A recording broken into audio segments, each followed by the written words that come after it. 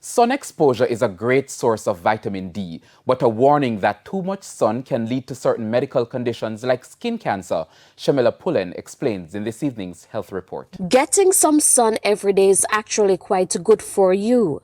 With the sun, you get a lot of vitamin D, which most people are aware of. And vitamin D is actually important for your bone health. So a lot of people think that your bone is a solid entity. It's not. It actually breaks down and builds up. It's made out of calcium and phosphate, and vitamin D is important for the regulation of your bone health. It is also important in a lot of other areas, such as hair loss. A lot of people, when they come to see me for hair loss, vitamin D is actually important. Dr. Lorenia Muir-Green is a dermatologist. She says between 10 a.m. and 2 p.m. daily, that's when you're likely to feel very high heat from the sun.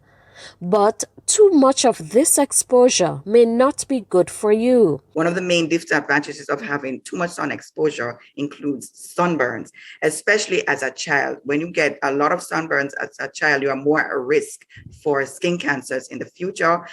The main thing that you can get include basal cell carcinomas, squamous cell carcinomas, and the most significant one is malignant melanoma, which is very invasive. Yes, in Jamaica, we don't get a lot of skin cancers, but persons can get them, and we do have patients in clinic with skin cancers. The dermatologist says persons can also get a heat stroke.